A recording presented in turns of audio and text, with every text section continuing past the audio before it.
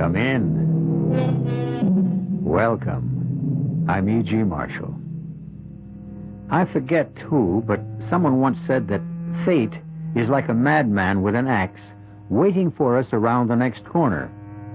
Which is to say, of course, that however serene our lives, we never know whether the madman is lurking around the next corner we turn, ready to take a vicious swipe at us with that axe. In point of which, consider the case of Lucas Lauder, warden of a certain state prison in a certain western state. Joan, in heaven's name, will you try to understand? In less than 3 hours, Guy Richards will be executed. Dropped through that trapdoor to his death. Which will mean the end, I hope, Luke, of this whole insane nightmare you've been going through. No. Yes, and putting me through. You don't believe. You still don't believe. I'd have to be mad to believe. Stark raving mad. If Guy Richards dies, worse than madness may lie ahead for you, Joan. Much worse.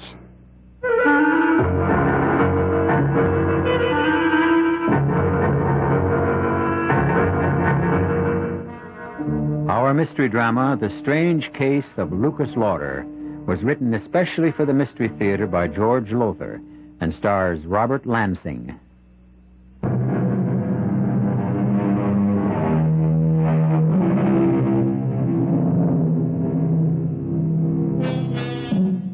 As we know, the death penalty is outlawed in many states, but in some it is still enforced. In such special cases as the murder of a policeman, death through kidnapping, and or particularly vicious crimes. Our story begins in just such a state, in the condemned cell of that state's prison. You sent a message you wanted to see me, Richards? And, thank you, Warden. Thanks very much for answering it this quickly. Won't you sit down? What is it, Richards? I want to discuss my case with you. There's nothing to discuss. You were legally tried, legally convicted. If you think there's something I can do to save Oh, you... no. There's nothing like that. Warden, I was guilty. I freely admitted murdering those women, all 4 of them, and mutilating them with a butcher knife. No. The name the newspapers gave me was well-deserved. Guy the Ripper. All right, then what is it you want to see me about? Warden, hasn't it ever struck you as odd, curious, that someone of my breeding and background could be guilty of 4 such horrible murders? Murders and mutilations identical with those done by Jack the Ripper nearly a century ago?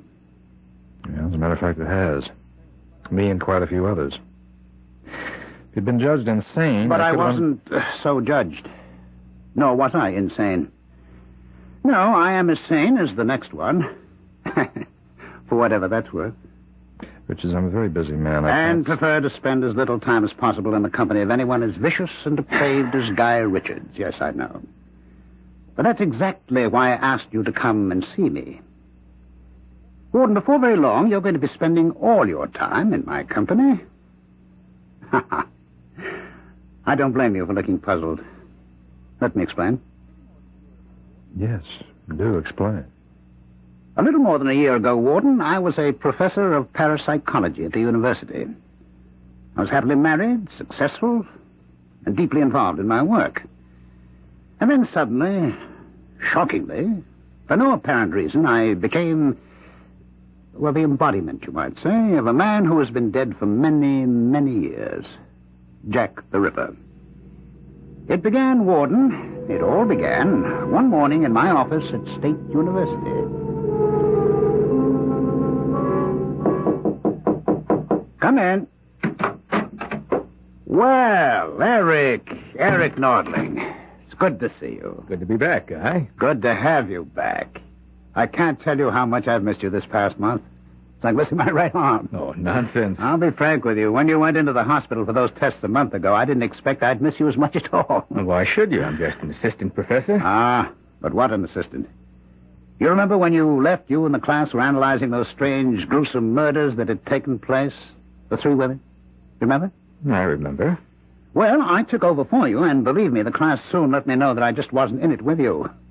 They said no one, not even me, could touch you when it came to explaining the murderer's drives and motivations. In fact, they said you understood and explained them so well, they wouldn't be surprised if you were the murderer. Well, what is it, Eric? Eric? Guy, I am the murderer. Well, I can see you're not joking, Eric. I'm not. I also know that you haven't been well. In fact, I'm very sick. Guy, I'm dying. But none of that changes the simple truth that I murdered those women and mutilated them. Guy, I'm Jack the Ripper. No, I'm not crazy. As a professor of parapsychology, you do believe that people can be possessed by the spirits of the dead? I keep an open mind, or try to. Well, I can tell you that possession is a fact. For some time now, I have been possessed by the spirit of Jack the Ripper. Eric, if I didn't know you better, I'd say that you're really possessed of a dose of LSD. But since I... Guy, believe me. What I'm telling you is the truth. Believe me, because you're about to become Jack the Ripper. Eric, you're ill. I can tell from looking at you. You're seriously I ill. am. I'm dying. I told you that. They've given me less than 2 months to live. Oh, Eric. It's terminal. In less than 2 months, I'll be dead. And the day I die, the instant I die, the Ripper's spirit will leave my body and enter yours. You don't believe me, do you? Of course not. Well, then I'll have to prove it. You've taken your penknife out of your pocket, and you're opening the blade. Well, yes, to clean out my pipe. What's so unusual about that? Does your pipe need cleaning? Well, no, but, You acted on impulse. Sudden, inexplicable desire. Desire to hold a knife in your hand. Oh, now, of all the senseless... It isn't senseless. And if you think so, try to put the knife back in your pocket. Well, go ahead. Close the blade. Put the knife back in your pocket. Well, I haven't done what I intended to do, clean out my pipe. Is that what you intended to do? Oh, in heaven's name, Guy, be honest with yourself, is it? No. Now, what do you intend to do with that knife? What do you want to do with it? I want to kill with it. To strike and slash. What is this? What? It's Jack the Ripper. Using your body. You needed proof, and I just gave it to you. I took possession of you for a few moments. But when Eric Nordling dies, I'll become Guy Richards. Till he dies.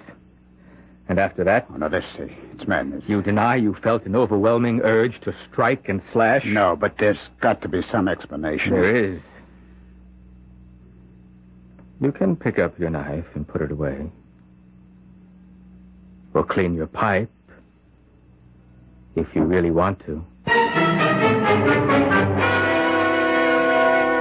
Well, Warden, those were Eric Nordling's words. Almost his identical words. Just before he told me what I'm about to tell you. Mm-hmm. That I'm about to become Jack the Ripper. The day, the instant, I die. Yes. Is there anything further you want? Now, wait, don't go. Now, look, Richards, your time is short, and Yours is. And I want to do everything I can to make the next few days easy for you. But when it comes to listening to the kind of story you just told me, I haven't the time. You don't believe it either, huh? Even I didn't. With all my knowledge of the occult, the psychic, I couldn't bring myself to believe in anything so impossible. Seemingly impossible. Nutty is the word. You think I've gone a little, what do they call it here, stir-crazy? No, you haven't been in long enough for that. I'm not calling it anything. I'm not thinking anything. Look, you wanted to get something off your chest, you got it off. I'll be going. No, please. Richards, I don't Listen have time. for just 1 minute more. At 6 in the morning, 2 days from now, I'll be hanged for murders every bit as revolting as those of Jack the Ripper. Because I am Jack the Ripper. This body, you see, is the body of Guy Richards, once respected university professor. But I, the spirit that inhabits this body, well, I am, I assure you, Jack the Ripper. And let me assure you, as Eric Nordling assured Guy Richards, at the very instant the rope snaps my neck, on that instant, Warden, you will become Jack the Ripper. If there's anything further I can do... And I'll prove it to you as I made Nordling prove it to Richards. Now, before you go to bed tonight, you will feel that same strong, overpowering urge, need to strike and slash with a knife. Before you go to bed tonight.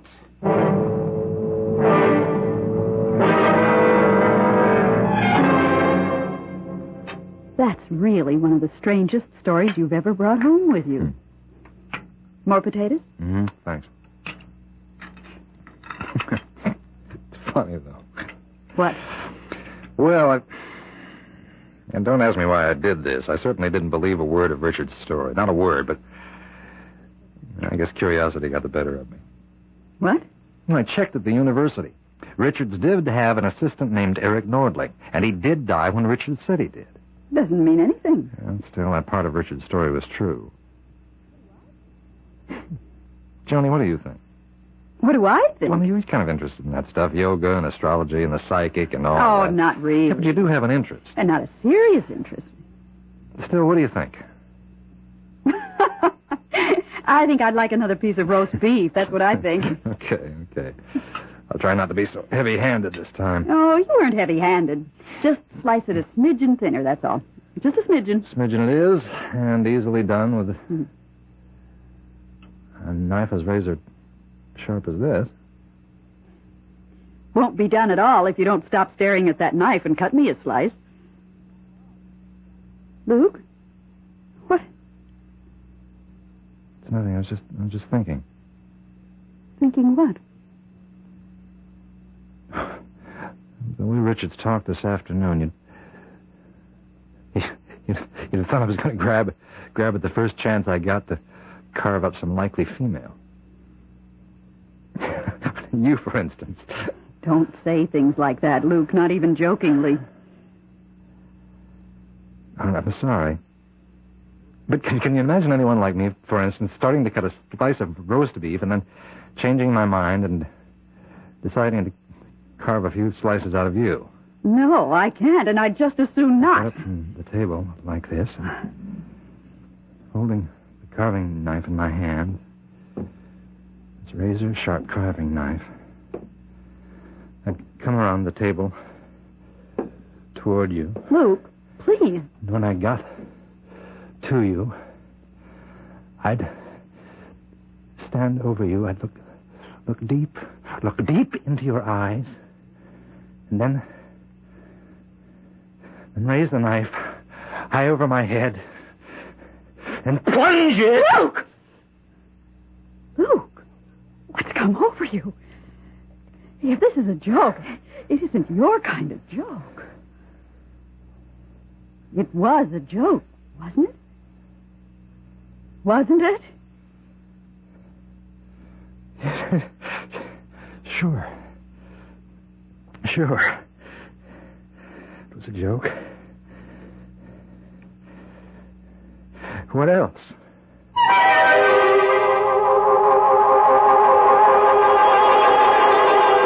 What else, indeed? What else could it be? It could be what Warden Lucas Lauder knows it was. No joke at all. That for a few moments in time, he was driven by an all but overwhelming urge to strike with that knife, slash with that knife, kill with that knife. I'll return in a moment for Act 2.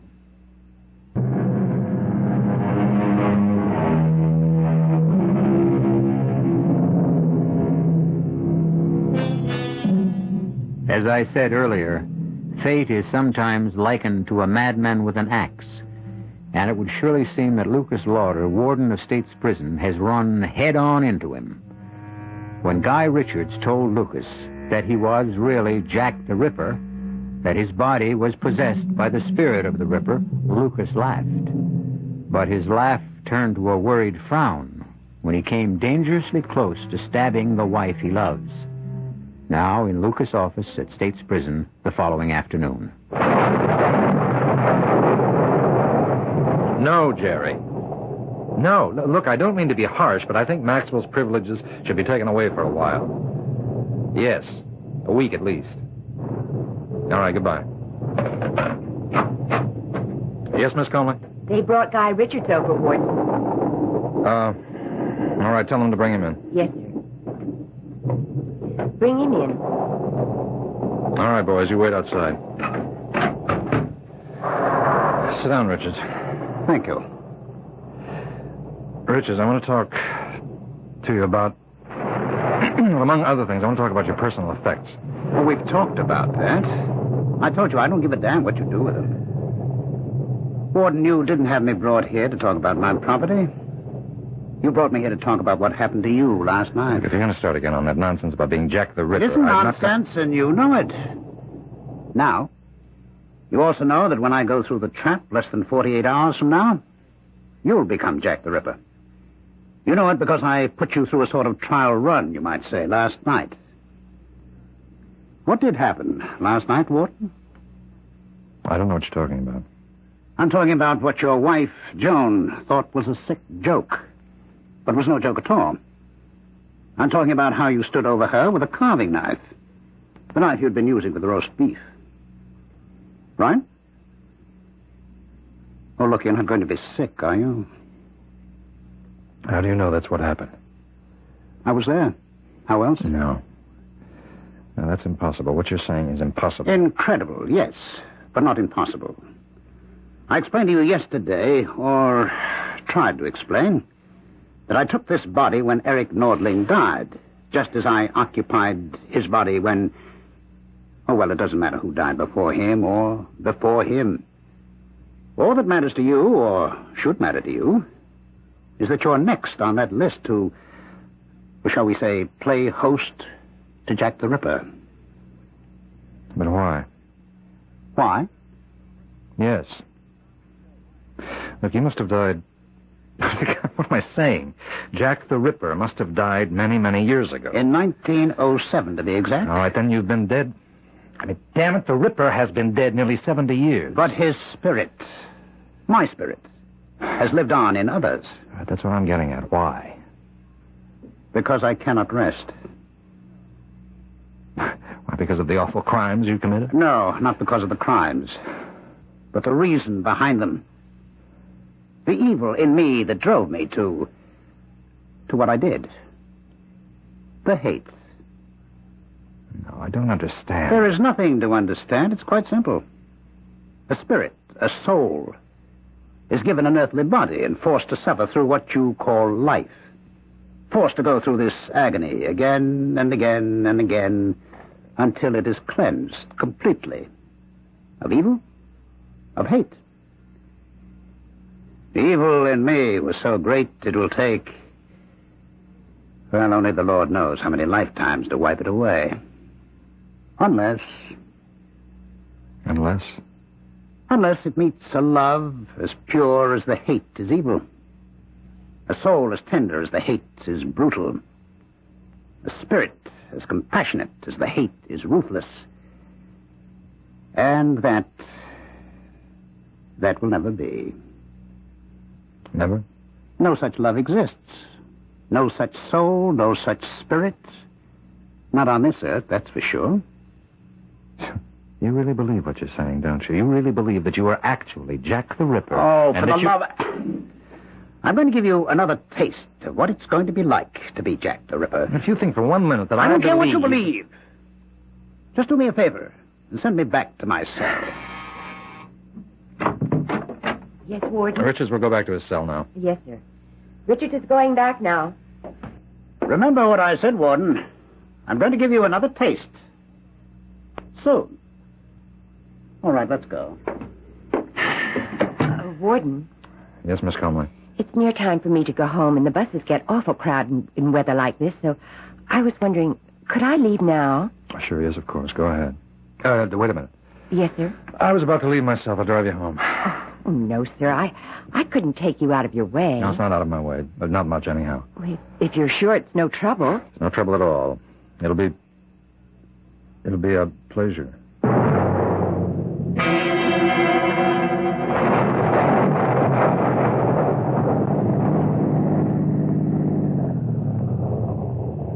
Thanks, Warden. Awfully nice of you. I'll see to your door. Oh, no need for that. No, I insist. There have been a lot of muggings in this neighborhood. Some. So I want to be sure that you get to your apartment safe and sound.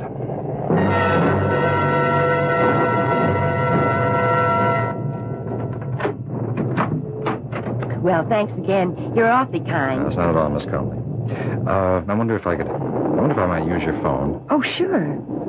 Just call home, let my wife know I'll be a little late.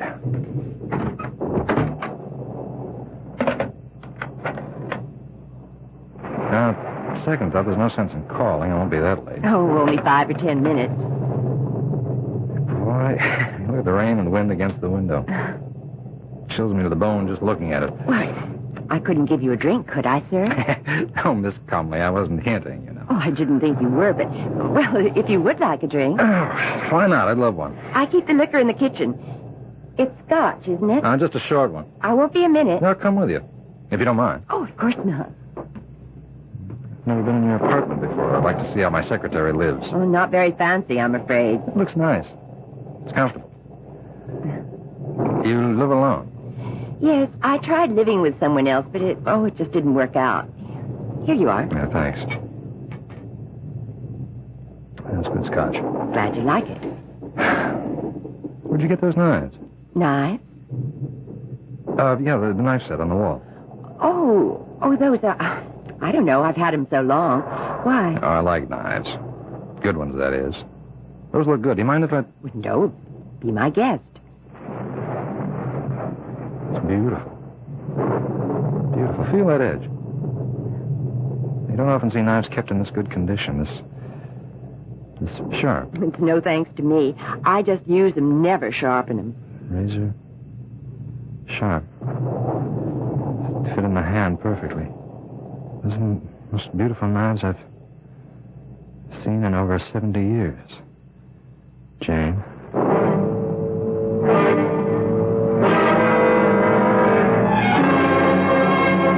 Get out of my cell, Warden. I don't have to put up with this. What are you doing to me? You answer me, Richards. What are you doing? I've told you. You've told me a lot of nonsense about you being Jack the Ripper and taking possession of me, my body, when you die. I don't buy that. But you're up to something. You've done something to me. And I'm not leaving this cell till you tell me what it is. You're scared, Warden? Of what you came dangerously close to doing to your secretary yesterday? And will do not long after you hang me? The urge, the nearly overpowering urge. I stayed your head, not you. To plunge the knife into her? To slash... Stop it. See, Stop it! All right, now you listen to me. I'm no fool. Yesterday I nearly murdered that girl. And somehow you know all about it. But I stayed my hand, not you, because I'm not a killer. Then how do I know what went on in that kitchen? I don't know how you've devoted your life to parapsychology, and you know all there is to know about things like ESP, thought transference, hypnotism. That's it. Hypnotism. Like Nordling, you're a hypnotist. Somehow or other, I don't know how, you managed to hypnotize me when I was talking to you. You put ideas in my head. Post-hypnotic suggestion, I think it's called. You cannot give a post-hypnotic command that's contrary to the subject's normal fiber. Warden, it would be impossible for me or anyone to command you to kill. It isn't in you to kill. But that will all change when I am in you. At approximately a second or two after 6 o'clock tomorrow morning. Oh, which reminds me, I have a gift for you. Here. A knife? A knife. Where did you get this? It was made for me in the prison machine shop from a soup ladle. A soup ladle carefully ground down at the edges, skillfully shaped into a knife. expertly sharpened. How did you manage to have this made? How did you manage to have this made? Calm, Warden. You know your prison as well as I, or you should, and obviously don't. Anything can be done in a prison if you know the ropes. Here, the knife. Take it. Ed. You take that knife from Richards and get rid of it. See me in my office later and you explain how he got it. Oh, no, wait a minute. Here, give it to me. I'll get rid of it. Not until you've used it. Not until I, the Ripper, have used it. Again. And again. And again. Ed, I don't want to see this man again until his execution tomorrow morning at 6. If he has any last-minute requests, you handle them. If he has any questions, you answer them. If he wants to see me for any reasons, no. Tomorrow morning, Richards, I'll see you then, and not until then. 6 o'clock. On the scaffold, Richards.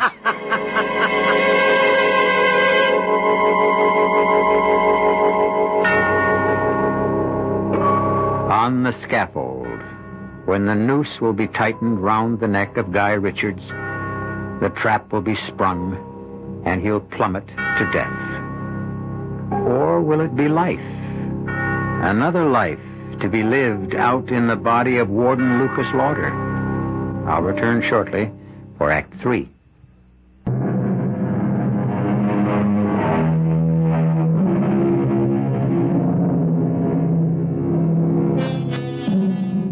There's much talk these days about possession, the control of a human being by an evil spirit. Probably such talk has gone on since man can remember. Intense discussion, even violent debate, as to whether possession is a form of schizophrenia or a malignant spirit which has invaded an earthly body. For Lucas Lauder, warden of State's Prison, it isn't a subject for idle debate, but a frightening reality. In the bedroom of his home, a short distance from the prison itself.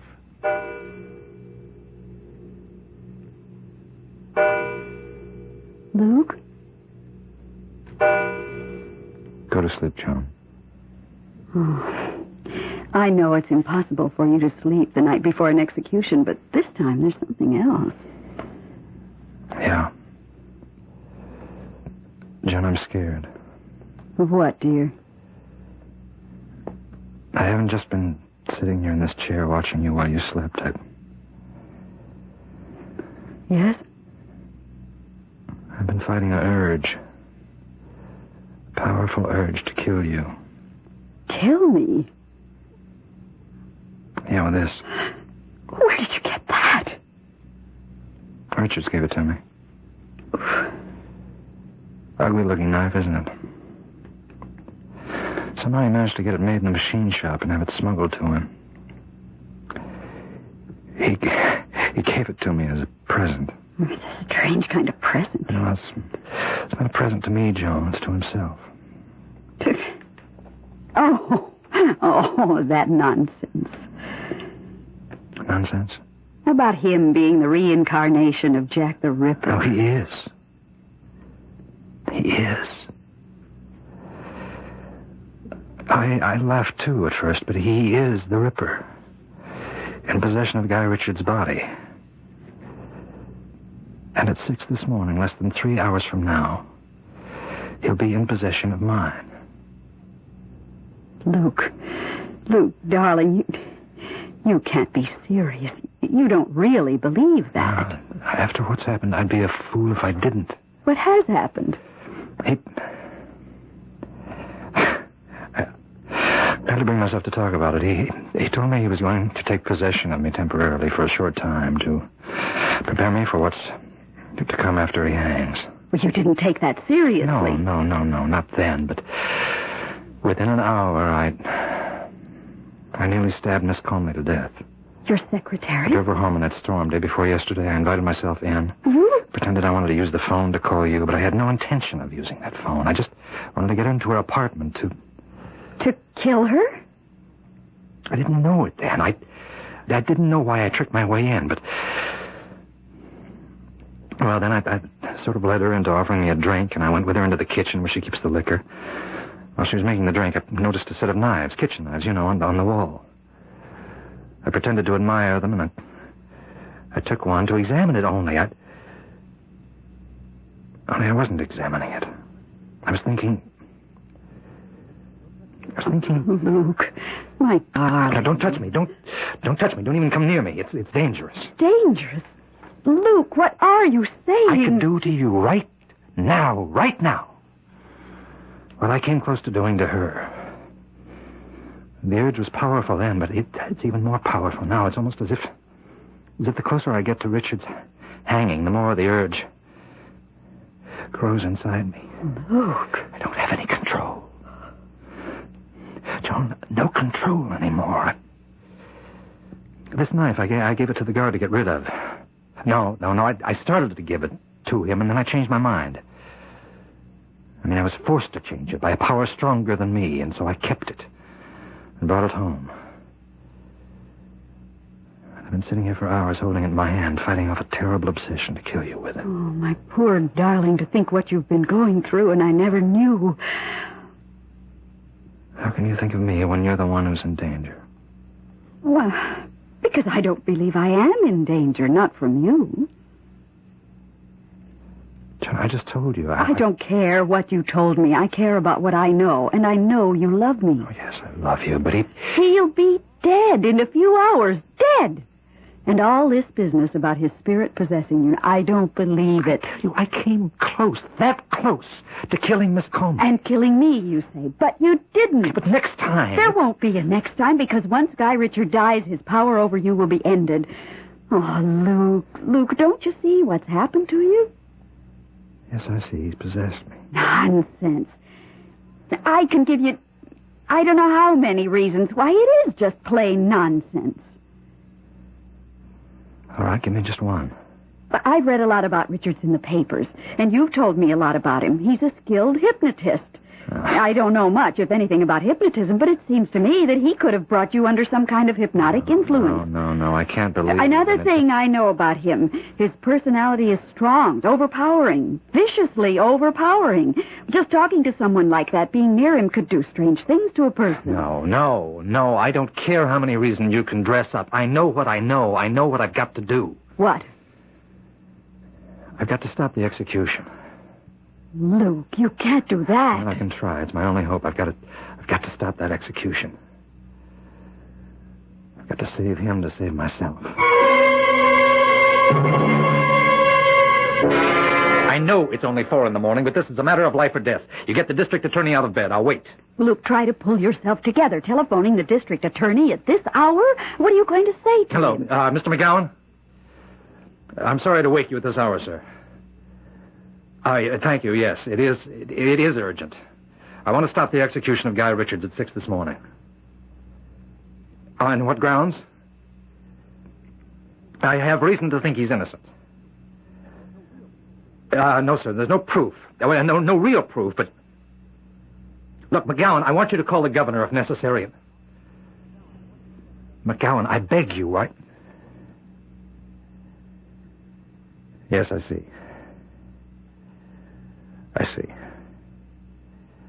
Well, in that case, I'll phone the governor myself. Luke, darling, you can't phone the governor.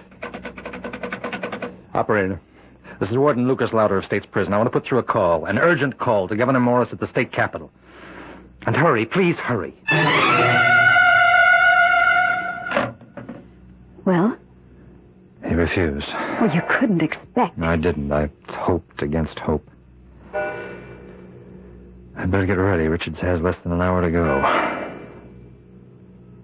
And so have I.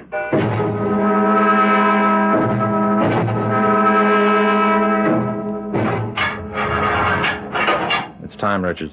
Huh. You're telling me. If you're ready. Question is, are you? Come on, let's go. You look tired, Warden. No sleep, eh?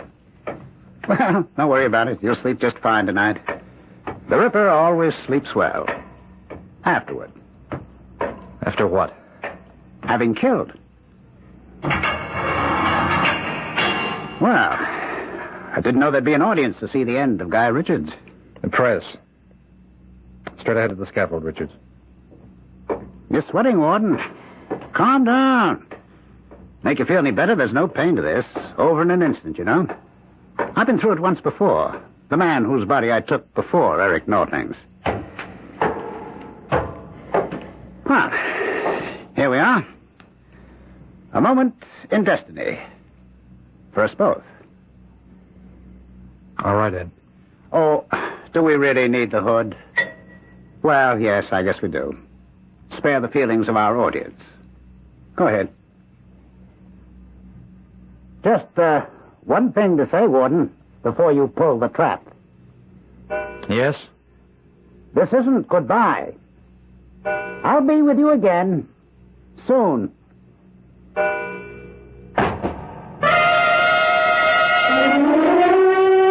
Agreement with Red China. That's the latest news from the nation's capital. Guy Richards, the notorious Guy the Ripper, was executed this morning at State's Prison. That's enough news for one day. I'm for bed. You, Luke? Luke? What? It's after 11. Time for bed. Oh. Yeah, Joan, Yes, dear? where did you put it?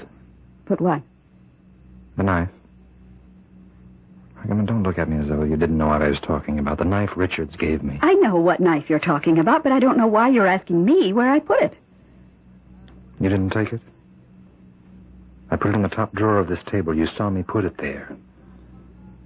I put it there so you could get rid of it. You didn't? No. I can't believe you'd take the chance to... You didn't. The knife is here. Yes, it is. Look, I gave you a chance to get rid of it. Why didn't you? Why didn't you? If you wanted to be rid of it, why didn't you simply throw it away? I don't know. I think I do. You were testing me, testing my love for you. Testing your love? If I had done what you thought I'd do, it would have shown that my love for you isn't as strong as I said it was. And it's quite possible you really might have tried to kill me. You could always get another knife. Yeah, but thanks to you, I have this one. Then use it, if you can. What? Luke, we're going to come to this sooner or later. I don't know how Guy Richards persuaded you he was Jack the Ripper, and that he would possess you once he died, but he did. You said last night that the urge to kill was growing stronger in you, and you were convinced once Richard was hanged, it would become so strong you'd never be able to control it. It's been doing that all day. It's growing in me. Filling me with a need, a lust to take this knife. I know. And unless this obsession of yours is smashed now, right now, you'll kill. Sooner or later, you will kill. Well, if you're going to do it, do it. Do it. And get it over with. You're taunting me. You're taunting me because, like all women, you have contempt for me. I love you. Oh, you're lying. You don't love. You don't know the meaning of love. Hate? Oh, that's something else again. That's something you know all about. You think I'm not on to you, all of you? Let me tell you something. I've spent months, years watching you and the likes of you. Luke, boy. Playing your little tricks, luring men, and... Oh, don't think I didn't see you today, this very day in Leicester Square. Flaunting your charms. Leicester Square? Leicester Square, Piccadilly, Fleet Street, wherever you could sell yourself. Luke, now snap out of it. Pull yourself together. Look about you. Take your last long look before you die. You see that gas light at the end of the alley? Well, you see it for the last time. Gas light? Listen. You hear the carriages and the coaches, the horses, for the last time. And then you feel the point of this knife against your throat. Feel the cold steel against your skin before the Ripper plunges it deep into your dirty little neck. Plunges it now! I can't. I want to. I can't. Why? Why can't I? Because you're not Jack the Ripper. You're Lucas Lauder, my husband. The Ripper hated. You love me every bit as much as I love you. God, I do. Dearest. He said, Richard said, the spirit of the Ripper would never be free, never find rest until it met a love as strong as his hate. Heaven knows, Joan, there never has been a love as strong as yours. Maybe it's crazy, but I feel he has found that rest at last. Thanks to you.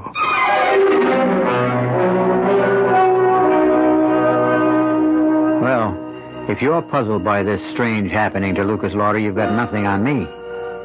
Did Guy Richards in some way place Warden Lauder under an hypnotic influence? Did Richards believe he was truly Jack the Ripper? Was he? What do you think? I'll be back shortly.